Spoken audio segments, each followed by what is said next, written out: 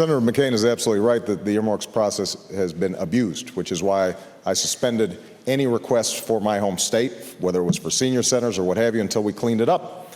And he's also right that oftentimes lobbyists and special interests are the ones that are introducing these kinds of requests, although that wasn't the case with me. But let's be clear. Earmarks account for $18 billion in last year's budget. Senator McCain is proposing, and this is a fundamental difference between us, $300 billion in tax cuts to some of the wealthiest corporations and individuals in the country. $300 billion. Now, $18 billion is important. $300 billion is really important. And in his tax plan, you would have CEOs of Fortune 500 companies getting an average of $700,000 in reduced taxes while leaving 100 million Americans out. So my attitude is we've got to grow the economy from the bottom up. What I've called for is a tax cut for 95% of working families, 95%.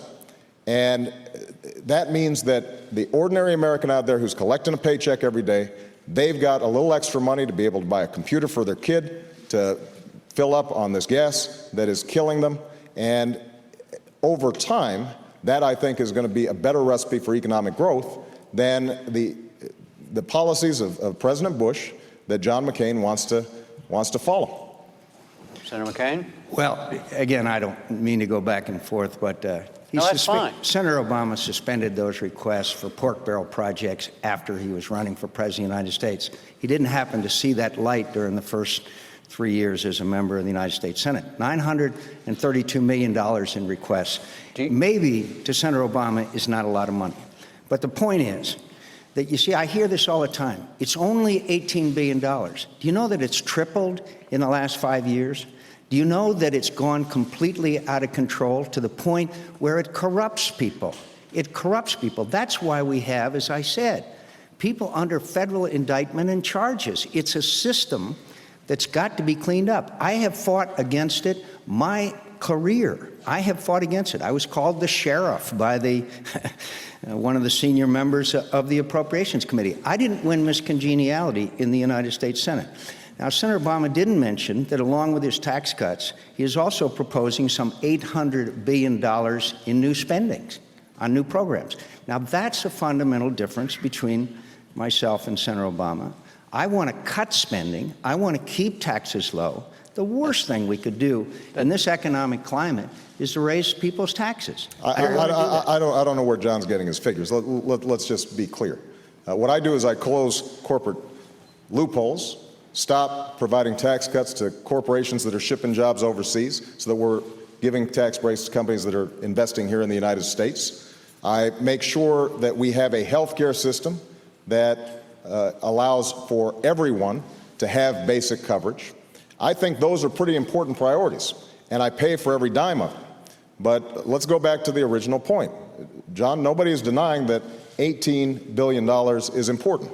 And absolutely we need earmark reform. And when I'm president, I will go line by line to make sure that we are not spending money unwisely. But the fact is that eliminating earmarks alone is not a recipe for how we're going to get the middle class back on track. And when you look at your tax policies that are directed primarily at those who are doing well, and you are neglecting people who are really struggling right now, I think that is a continuation of the last 8 years, and we can't afford another 4. Respond directly to him about that, to Senator Obama about that, about he's made it twice now, about your policies about tax cuts. Well, let me give you an example of what Senator Obama finds objectionable. The business tax. Right now, the United States of America business pays the second highest business taxes in the world, 35%. Ireland pays 11%. Now, if you're a business person and you can locate any place out in the world, then obviously, if you go to the country where it's 11% tax versus 35%, you're going to be able to create jobs, increase your business, make more investment, et cetera. I want to cut that business tax. I want to cut it so that businesses will remain in the United States of America and create jobs. But again, I want to return. It's a lot more than $18 billion in pork barrel spending. I can tell you it's rife. It's throughout. The United States Senate will take up a continuing resolution tomorrow or the next day, sometime next week, with 2,000. Look at them, my friends. Look at them. You'll be appalled.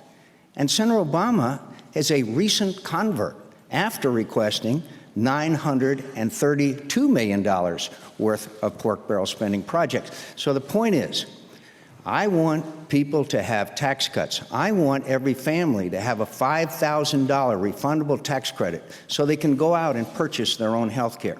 Yep. I want to double the dividend from $3,500 to $7,000 for every dependent child in America.